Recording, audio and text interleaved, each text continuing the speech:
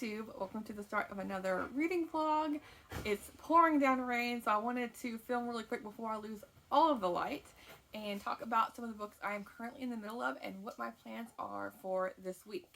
So I've been reading all day. Sally Carragher's Home to the Wilderness, A Personal Journey, and I just have like the dust jacket here. It's easier for me to hold up because I never read, especially with the plasticky.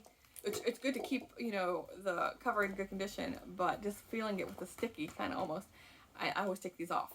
But this is all about her memoir, or her biography, her autobiography, really. And this is a famous, I feel like, or classic nature writer, but you get the full story of her beginnings and how she, you know, became a nature writer. So I knew nothing really about her, you know, her full life beforehand, except, you know, what she'd read. I, you know, read her books, but she had a really rough upbringing because her mother had a traumatic birth, and so from that point on, didn't want anything to do with her daughter at all. Didn't want to touch her. Didn't want to look at her. Had always had a face, put on a horrible face, and did horrible things to her, and said horrible things to her. But eventually, I'm at the part now in the book where she has gotten out of her home, and even the mom keeps popping up here and there. But it's now in her 20s where she realized, okay, I'm not the weird one, because other people as well are talking about how the mother's actions aren't normal at all, and they don't even know about the mother and daughter's relationship. They just can see how the mother's acting as an independent adult, how some of her actions are weird, about how she's constantly checking in on her daughter, even though the mother's living in Kansas City. And at the time of this book, when I'm reading it right now, she is in, Sally Carragher is in Los Angeles. So the mother keeps checking on, like, and talking to her bosses and giving the bosses tips and to look out for with the daughter. And so it's weird. But anyway, so yeah, this has been really interesting so far. And I will hopefully report back probably tomorrow when I finish this book. And then there's a couple other books I'm in the middle of because I can't read just one book. New Kids in Town, Oral Histories of Immigrant Teens by Janet Bodie. And it's formally titled New Kids on the Block. And it gives you like a little mini story, a history of these different teenage immigrants. And so the first one, I just read the introduction, but haven't even started yet. The first one is about a boy coming from Afghanistan, and he's 17 years old. So these are all the different countries where we're getting stories from. So yeah, like El Salvador and India and Cuba, Vietnam, Greece, Mexico. I'm assuming you can tell about, you know, how they got here and, you know, what was their life compared to America now. We'll see. Each chapter, each story is like 5 to 10 pages. So it's not going to go in too much depth. But I was like, why not see what I have on my children's shelves that are nonfiction, so I can just, you know, breeze through some of these books. Let's see. And then the other book I started was Essays of E.B. White. I've been reading 2 stories a day so far because I figure if I do that, then I'll probably finish it in 2 weeks. And this is just, it's been a fantastic stories so far. It's not chronological. It's just like sprinkled by theme. So right now, a lot of the stories are talking about his time split between Maine and New York, because, you know, he was writing for these different publishers in New York, but he loved his almost like reclusive life in Maine with all this land and the nature. His like the sigh of relief he gets when he's up there, but then he also likes the pull of the city. So yeah, that kind of dichotomy. So yeah, enjoying this one so far. And then as far as books I want to get to this week, hi Fable. Sorry, she's been chewing on a bone, so I'm sure the camera's picking that up. Oh, let me see if I can. She has a couple bones here, so of course she wants this one. So if I can get her on camera. Oh, yeah, I can say hi to the people. Yeah, there we go. You guys sit here? Okay. So as far as the books I want to read this week, I have Lady Long Rider by Bernice Eand. It's Alone Across America on Horseback. Last week I read a book about a woman who does like the dog sledding, mushing from the Arctic all the way across Canada, like 2,500 miles. So I'm like, why not continue on with that kind of theme about a woman who, I think it's also like around 2,500 miles, something like that. Let me see here. Right, yeah, it's 2,000 miles from Montana to New Mexico, and she's 51 when she does this, on horseback alone. So yeah, this kind of continues on with that theme. And then also last week I read a book on the history of New Orleans. So I own another book on like the bayou kind of thing. This is Bayou Backwaters by Alan W. Eckhart. And this is all about the wildlife of the area. So you have, of course, you know, it's either like, yeah, alligators, and you have like the swamps and the bayous, and just so looking forward to reading this one. It's just absolutely gorgeous. I honestly want to like clip out some of these pictures just to have for keeps. But this is a book I got from a library sale like 2 months ago. So yay for getting through books that I recently acquired. And then the last one is, well, yay for those 2 books, but this is a library book because I recently went to the library because I need more books. Not really at all, but I don't go that often. I read so many ebooks that it's been over a year since I went there. But anyway, this one is Arctic Autumn: A Journey to Season's Edge by Pete Dunne. And this caught my eye because I was reading a book on, again, the Arctic with the dog sledding. But this says, let me see here. The book begins on Bylot Island in Nunavut, Canada. And it's talking about the seasonal ice sheets that are shifting, and there's the geese that are flying up, and you know, combating with this with society's need for oil. So I'm just going to talk about that. And there's a canoe trip down a river. So all sorts of things that's happening with this group of people on the Arctic. But yeah, here they are right here. See, I'll report back on what I think of that one. And as far as like other plans, I don't have any yet because I'm going to try and have a quiet week until the weekend. It's going to be a holiday weekend, and I'm going to take, because I'm going to have Friday and Monday off, so a 4-day weekend. And I was thinking about going on a trip somewhere, but it all boils down to like, it's a quieter weekend, so I'm going to do a couple of day trips, and I will take you along with me. And the other thing I want to do this week is, along with the library book, I got fika. And this is all about Swedish baking and Swedish coffee. And so I'm going to try and make some of these recipes in here. Like the cardamom or cinnamon or the almond paste and almond flour kind of things. Because I have all 3 at home, all 3 of those ingredients. I'm going to see what I can fix up in the kitchen. And I'll take you with me for those. But anyway, I'll talk to you in a little bit. It's now Monday afternoon, and as it's Monday, I don't want to spend too much time in the kitchen. So I'm going to be making these quick buns from the Art of the Swedish Coffee Break, Fika, by Anna Brons. So I can do this one-handed and show you the recipe real quick. But it literally means quick bun in Swedish. And what's interesting is they seem to be like scones, but they're baked in the muffin cups. So yeah, I will take you through some of the process. So here are the very basic ingredients. Flour, sugar, baking powder, milk, eggs, butter, vanilla, and cardamom. I'm adding a little bit of vanilla even though it's not part of the recipe because I think vanilla and cardamom will go really great together. What makes me think these are like scones is because the butter, it's not melted or blended into the batter like a muffin would, but it's crumbled up into little pieces like you would a scone or a pastry. I've prepared the dry ingredients. It's now like a course meal with very small little pieces of butter. I don't have a pastry blender, so I just use my hands. And now I'm going to add the wet ingredients. A little bit of vanilla, milk, and the egg. And the last egg is going to be used to brush on the top. It's definitely more of a scone batter, like I was thinking. Not even a batter, more of a scone, dough than a muffin batter or a cake batter. So now I'm going to scoop it and put it in the muffin tins. The recipe says to either top it with hazelnuts or sugar. And I decided to go a little bit extra mile and do a sugar cardamom mixture to sprinkle over the top, which just sounds lovely. They don't look the prettiest. The batter is thick, and so they're just kind of like globbing around in here, but we'll see how it bakes. So here they are in all their glory. I cut one open so that I could show you the inside if I can. It's all nice and cooked. They didn't get as brown as the instructions said, just like a little bit of brown around the edges. But yeah, they look and taste delicious. Good morning, BookTube. It's Wednesday morning and it is so foggy that my hair is getting wet after like 5 minutes of walking. Very dense fog. Fable's enjoying the cool weather though.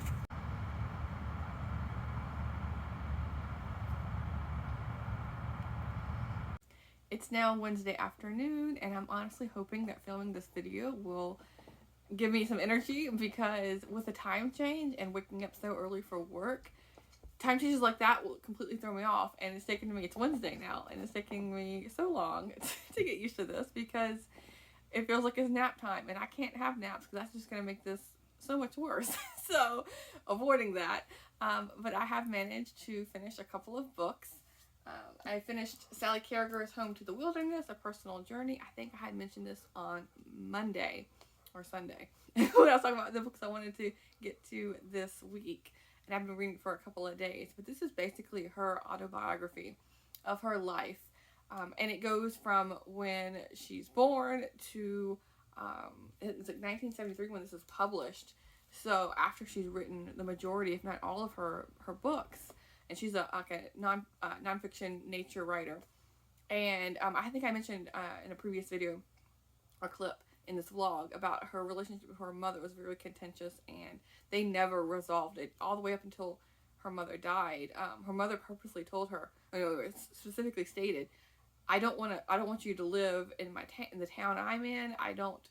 And she doesn't want any real communication. So she talked about for like the last, I think, 10 or 15, 20 years, something like that, of the mother's life. Sally only was in contact with her mother by letter a handful of times, and that was like the mother's wishes. She wanted nothing to do with her daughter at all, and it wasn't nothing or anything Sally did. It was just her being born and the mother going through a traumatic birth experience. But that's not the majority. I mean, that is a part of this book for sure, but I don't want that to take away from the author's journey. Well, to becoming an author, and she tried several different things. She was going to be like a pianist, like a classical pianist, and then kind of like went through several things to find her niche. And then she was like working in radio, working with movies back in like the 1920s and 30s of Hollywood. So like completely different from what it is now, and yet still the same. We're talking about like advertisements and like the fake people of Los Angeles, and it's all about image. And so she actually knew like some of the people I recognized, like now I can't think of the name, but DeMille, like that director, and like Alfred Hitchcock, and all these different people like way back in that time. But then she eventually, due to a mouse that was in her radio, it had like found a space like maybe where the battery is or something, I don't know, was in there, and it was like singing along to the music, and she at first didn't realize what it was. And she talked to a professor. I'm like, do mice sing? And they confirmed, a select few do. And so from that mouse that was singing kind of like led her into studying animals. So she always has cared about animals, but never thought of it as making a career, like combining her love of writing with animals. And so that was like her jumping off point. And so you get her initiation into being a nature writer. But I wish it had delved more into, her going to Alaska and her going to Wyoming, for studying those books. And it does talk about her very first book. Let me see if I can find it here. One Day on Beetle Rock. And this is, her first one, and I feel like her most famous one. And it talks about how that site was selected. It was recommended by a friend, and then some of her mistakes, which I think is interesting because that book didn't talk about it, at least from my memory. And I've read that, I don't know, 5 or 6 years ago, but it stuck with me. But she talked about how you don't want to make eye contact with animals because they see it as a threat, and she did that a couple of times. Or with deer, for example, she denied, she gave the deer some of her raisins she had in her pocket, but in her other pocket she had some. And she turned away. But the deer knew, she didn't show the deer the something in her pocket, but it could, sense it. And was like, it raked her with one of its hooves. And a bear, she made eye contact with a bear when she was opening her cabin door and going out into her, her little patio area. And there's a bear, however many feet away, made eye contact. She was just, astonished that a bear was in her presence, and, probably didn't think it through. And the bear, like, runs right for her door and then literally hangs around for days. And the rangers come up and are like, we're going to have to either relocate this bear or shoot it. And, she's not just in her cabin isolated by herself. She's in, like, a row of cabins. And there's, other people and, other people wanting to use the park. And like, the bear was, being antagonistic. And so she knows it's all her fault. You know, the bear doesn't die. Luckily, it eventually goes away. But yeah, that, so her making some mistakes in this, like, you know, I think anyone would. You know, going out into the wilderness, that's not our usual thing, is learning animal behavior. And she talks about, you know, she needs to be kind of close to them to, you know, to study these animals and, like, you know, observe their daily lives and interactions with other animals. But yeah, so you get the Beetle Rock part of in California, but you just little sentences here and there on her time in Alaska and Wyoming. So it would be nice to, like, you know, it was already, I don't know, like 500 pages or something. Maybe, no, it's not. It's bigger, but like the pages themselves are like thicker page. Yeah, it's 330 pages. But yeah, I would have liked like another like 100 pages just to talk about, you know, the other parts, because, you know, she wrote those books, but, you know, they're all about the, you know, the animals' lives, not her life while she's there. But she has, speaking of the last one, she does have a book, Moonlight at Midday, that talks about her time in Alaska. And, you know, it's somewhat, it talks about, you know, the history of Alaska, the culture of Alaska, the people, you know, she was staying with. So you do have some, I can't put it back right now, but you do have some in other books. So yeah, it was a long, explanation of that book, but I'll promise to be shorter on the other two books I read, because I don't have as much to say about them. I read One Writer's Beginnings, and now I'm thinking about, no, that's not the book I read, because I was looking to get my cover. I didn't read this book, One Writer's Beginnings, by Eudora Welty. I read On Writing by Eudora Welty. Let's see if I can pull that cover up, because I think they're probably, you know, unless they retitled it, because I can tell, you know, this book has a newer cover. But, let's see if I can pull this up real quick. But I'll have to see and check it out from my library, see if that one's, you know, is it just, you know, a new edition or what. So this is the book I read. Because I thought, you know, I'm not a writer, and I've contemplated here and there, with different NaNoWriMo, like the National Novel Writing Month in November, to, like, start writing, or, you know, use it as, like, my, you know, like, motivation for it. But I haven't done it yet. I've dabbled here and there with thinking about story ideas. But anyway, so basically writing's been on my mind. And, you know, Eudora Welty, I feel like, you know, she's famous for her short stories and is a really good writer. And so I wanted to, you know, see her take on things.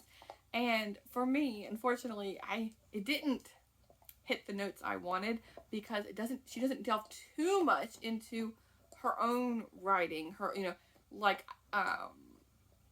you know, how does she set aside time for writing? Where does she write? You know, those kind of things. How does she get into writing?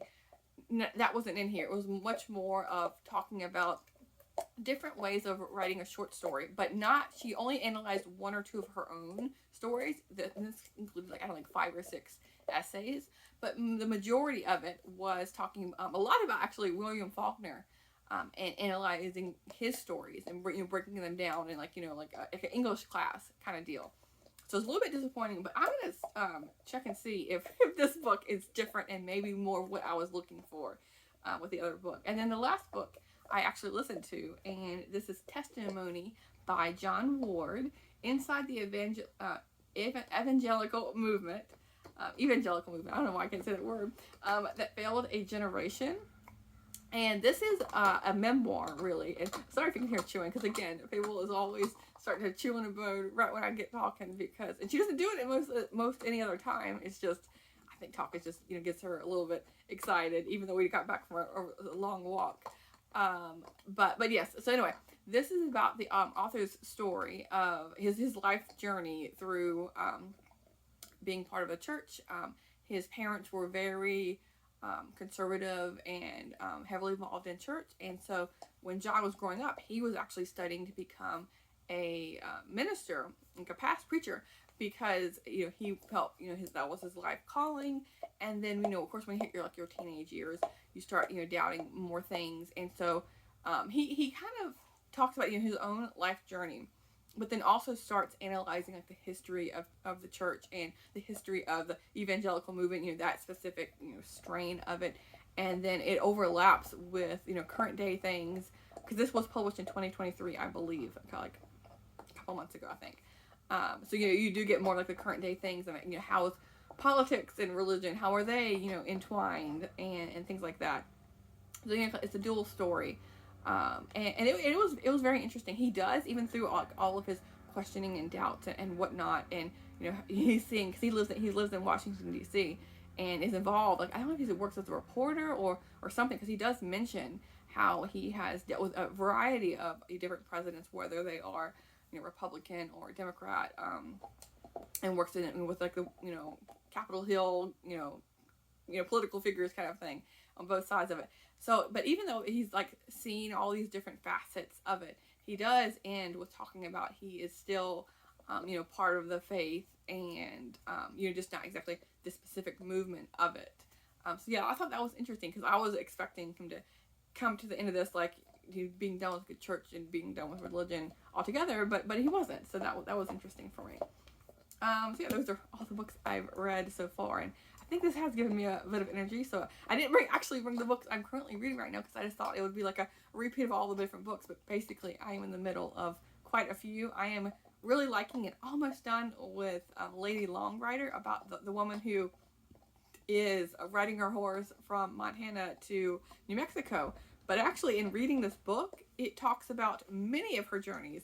Like, so she's going on like 6 months to 2 or 3 years, literally on the road with a horse, and then coming back home to her home in Montana for a couple months, and then going back out again. So yeah, I'm probably gonna finish that tonight, and then I'm still in the middle of the Louisiana Bayou book, and E.B. White's essays, and I'm also working on a letter collection as well. So I'm trying to get through some things, but yeah, I will talk to you in a little bit.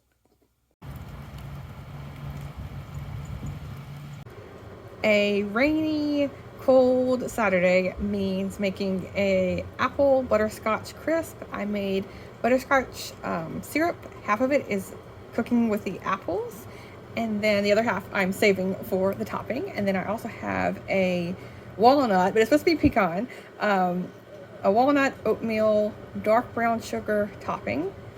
And I'm gonna pour this over the top and bake it for 20 minutes. It's gonna be delicious. It's bubbling from the oven. The recipe says it must, and it's not optional, be served with vanilla ice cream. But I don't have any, so I'm going to try it with some yogurt. Kind of make it like a yogurt granola apple kind of deal. Abel just decided to go sit in the bush for a little bit. BookTube, I thought I would catch you up on these last couple of days and what I've been up to. I had initially planned on going on a vacation, and then my car started having some trouble, and for those who've been following the vlog, a couple of weeks ago I had to get my car worked on, and so one of the parts I guess was faulty, and it was under warranty, so they just replaced the part, but it's still in the shop, I guess, like waiting for that part to come in or something, I don't know. So unfortunately I couldn't do any like day trips or vacation, so I'm having a nice staycation over the long weekend, and I had taken Monday off for a vacation, but I decided just to leave it on there and have an extended weekend. So we had the Veterans Day on Friday, observed on Friday, and then I'm just gonna have a 4-day weekend instead. And it's been really nice to just stay in. And as you can see from one of my clips, I've been doing lots of baking and cooking and all of that, and kind of like just nesting in with the cold weather. But I have been reading quite a few books, and so yeah, that's like cheering me up. I wasn't too disappointed on not going on the trip. I mean, it would have been nice, but it's also knowing that there are holidays coming up and more days off and whatnot. I think I'll be okay with staying in this one time. So anyway, as for what I've been reading so far, since I last spoke to you, I have read Gone for a Soldier, the Civil War Memoirs of Private Alfred Ballard. And as I mentioned when I hauled this book a couple of weeks ago, I'd never heard of this memoir or diary collection, whatever you want to call it. I've read several Civil War diary collections, but I've never heard this one even mentioned. And what was so cool about it is that it is illustrated by the author himself. And so you have his, he wrote a journal, like a diary collection as he was like his day-to-day life during the war. And then after the fact, he wrote his memoirs. And then he wrote this, or like this is like a compilation of all of that. I'm not exactly sure. But it also includes, he also drew lots of illustrations as well. And there's some on the cover as well. So it's such a unique collection that I have to keep it. I really liked it as well, except for like it was kind of gruesome to read about like the dead bodies and whatnot, or like the medical care given to the soldiers, and then like flip a page and see an illustration of it. It was a lot for me, a little bit, but I managed to get through it, and it's something for sure I will revisit in the future. So I just wanted to show you a little bit more of the illustrations. So yeah, I'm very happy to have found this at a library bookstore. Not a book sale, a library bookstore. It's ongoing ones, which I think are just fantastic because I don't have to deal with the crowds of a library book sale, but still get the good prices, which is really nice. The next one is Lady Longrider by Bernice End, and this is very unique as well, I feel like, because what intrigued me was reading the back copy. She was 51 years old, and she didn't have any children. She was long since divorced and had her house paid off, so she didn't have these full ties, I guess, to her community. Like, she had lots of friends and all of that, and a job, but she was able to set off at age 51 on a trip to see her sister in, it was either Albuquerque or Santa Fe, New Mexico, and it was a long journey. But that it wasn't even she was alone with her horse and a dog, but you would think that's a long journey. But what I didn't know when I was getting into this book is that it mentions on the back how she has logged more than 29,000 miles. And so I thought it was focused on this one story. But no, you get all of her trips. You get like her first trip, her second, or third trip, and so on. She's like on like her 8th trip at the end of this book, I think. But what was interesting as well is that when it talks about like, okay, yeah, here's her very first trip, Montana to New Mexico. It was from May to September 2005, and it was 2,000 miles. And it's like a little map as well, which was interesting to see. Be able to visualize a little bit better. But then when it gets to like her second or third and whatnot, she has sometimes like a month off, like staying at home before she's out for years. At sometimes, at one point she was like gone for like 3 years. For going like the 6,000 mile loop she did was from March 2009 to June 2011. So yeah, it was very interesting to read about and hard. I don't know how in the world she did it. And she mentions how she had to humble herself to ask for food or shelter or what have you if like the weather gets bad, or like sometimes she talked about how she was down to eating like a cucumber, what was it, some rice and beans, and like just a handful, a little bit. That's all she had.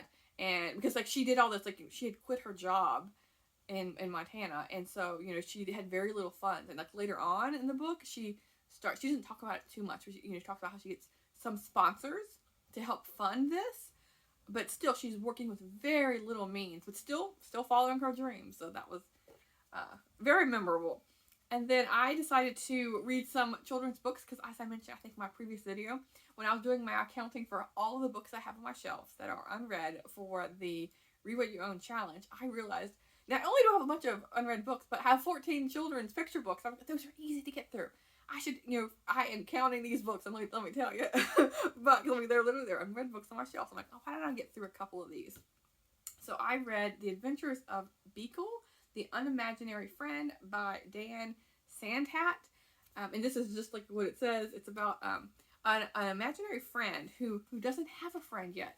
And so he is searching through the town for his person. And he eventually finds it. But yeah, he's like, at a restaurant and a bus stop. And yeah, this was cute. It was okay. It was like Caldecott winner, which is something I've been like contemplating reading the children's picture books winners, kind of like on comparison on the level of like the Newbery winners and awards. Let's see, the next one is Mrs. Mac by Patricia Polacco. This one I didn't care for as much just because the illustrations I didn't like. I like the cover, it's really nice, but I don't know, something about like the sketchy, kind of like this like the more like pencil line drawing I didn't exactly care for. And then it had a lot more text, like each page had way more text than the other book. This one had very little, for sure more of like a beginner's children's book compared to this one. So this was okay. This was about a girl who has always been interested in horses, and finds like an instructor to help her, her learn to ride horses, and in particular, getting back on a horse if you fall. So that was nice. And then I had a whole stream of reading ebooks, and I guess that's kind of bad in a way because I do want to focus on my physical books, but I have so many books on home for the library and whatnot that I couldn't resist. And what I noticed is when doing the 100 book challenge, when I'm perusing my shelves, is that I have a lot of unread books, but it doesn't encapsulate all of my interests. And I think that is because for the longest time now, like I mentioned, like I feel like I mentioned before, like, I've gone in swings over the decades of reading, of reading physically or a mix or of ebook and physical and then ebook. But so this goes to show, like I feel like I lean more towards ebooks with certain genres and certain things. Like for example, like history books. I don't have that many. I have a couple biographies and a couple history books, but it does not encapsulate all of my interests. And so for some of this, or right now, because I'm also doing the 100 book challenge, but I am participating in Nonfiction November. And so there's so many nonfiction books I want to read, and so yeah, I was like, I have a lot, but there's still more I want to read, if that makes sense. So really, all that to be said, I shouldn't be bashing myself for reading any ebooks because I'm reading what I want to read. So there you go. Anyway, so the next one I finished was Ecology of a Cracker Childhood by Janice Ray. And this was like a compilation of her history of growing up in a little town in southern Georgia.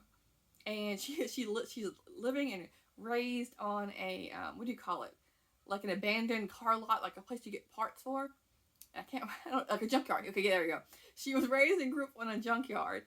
And so you have her cast of characters, if you will, of her family and the environment of that. And then on the other side of the story is her love of nature and like the pine trees and wanting to be like a spokesperson for that and wanting to keep, the nature, keep it before, it all gets bulldozed over and, like just, what I mean? Like keep it pristine and like kind of, make it like more of a wilderness or nature park. You know what I mean? Not a park, it's not manicured, but just keep it there instead of like destroying it. And so this kind of like, because the clip, not the clip, but like I saw one of the blurbs and I was like flipping through the covers to pick for my pictures on the tablet, was talking about how they were comparing her to like a southern Rachel Carson, which I can see how this book would show that in a way of like, because I feel like each area of the United States or the world, has specific people who just love that climate, that region, that needs someone to stand up for it and to show that it's worth preserving and and has a value. And the next one is Kindred Verse, poems inspired by Anne of Green Gables by Julie A. Sellers. Because along with Nonfiction November, I don't know if I've mentioned it, but I am participating in More Montgomery. That's hosted by Elizabeth over at Lizzie Faye Loves Books and Mitzi, and I don't remember what her channel name is. Is it Mitzi Reads? I can't remember. But so I decided to read a couple of books, and this was, I think, was mentioned by Elizabeth over at Lizzie Faye Loves Books, one of the books that she is reading. And this is a simple poetry collection that is inspired by Anne of Green Gables, like the description says here. So you get things like Puffed Sleeves or Love of October, like that. I can't think of what was it, like the Lake of Shining Waters and the Willow, whatever, or like the Scary Enchanted Forest. All those different elements that are classic, or in the classic book of Anne of Green Gables, and it's like well known. Each of those gets a poem in this collection, so it was very quick to read. I don't know, maybe 20 or 30 minutes, and included some illustrations, and it was just a really nice light read. Along with this book, I do want to, because I'm ashamed to say, in a way, that I've never finished the series of Anne of Green Gables. I've read up to book 5 or 6 or 7, something like that. But I have just a few more to read, and so I want to finish the series. I think I'm on Rainbow Valley, so I borrowed that book from the library, and I want, of course, I feel like I have to read the first book in the series, Anne of Green Gables, because like how can I resist a reread of that? So those are the books I want to finish or read for this month for the More Montgomery Readathon. And then going back to nonfiction, it was raining off and on this whole entire week, you know, as it does in Portland, Oregon. And so this book is set in the English countryside, United Kingdom, that is. And this is Rain, 4 Walks in English Weather by Melissa Harrison. And so I know the weather there is, pretty similar here for the most, I mean, not exactly, but, of all of America, I feel like this region is more comparable to, like, the UK weather-wise. But I don't know, the full, each region's weather is like and the climate and all that. But this enlightened me a little bit. And also in the back, in like the glossary area, it gave so many words for different kinds of rain. It kind of like reminds me like how people talk about how in Alaska there's many words for snow. That's kind of like what this was for rain. And so the author talks about different regions of the United Kingdom that talks about the rain of like the moors or like the fern areas and all that have rain in them, and or like if there's been dammed or if it's lots of agriculture, for like the last hundreds of years or whatever, how that's affected it compared to what the natural state of it was. So yeah, this was really interesting for me and perfect for a rainy day. So those are all the books I wanted to catch you up on since I last spoke to you. But yeah, like I said, I had a staycation unexpectedly, and I've just been keeping busy with reading all of the books. So anyway, I'll talk to you next week. Thanks, Book 2.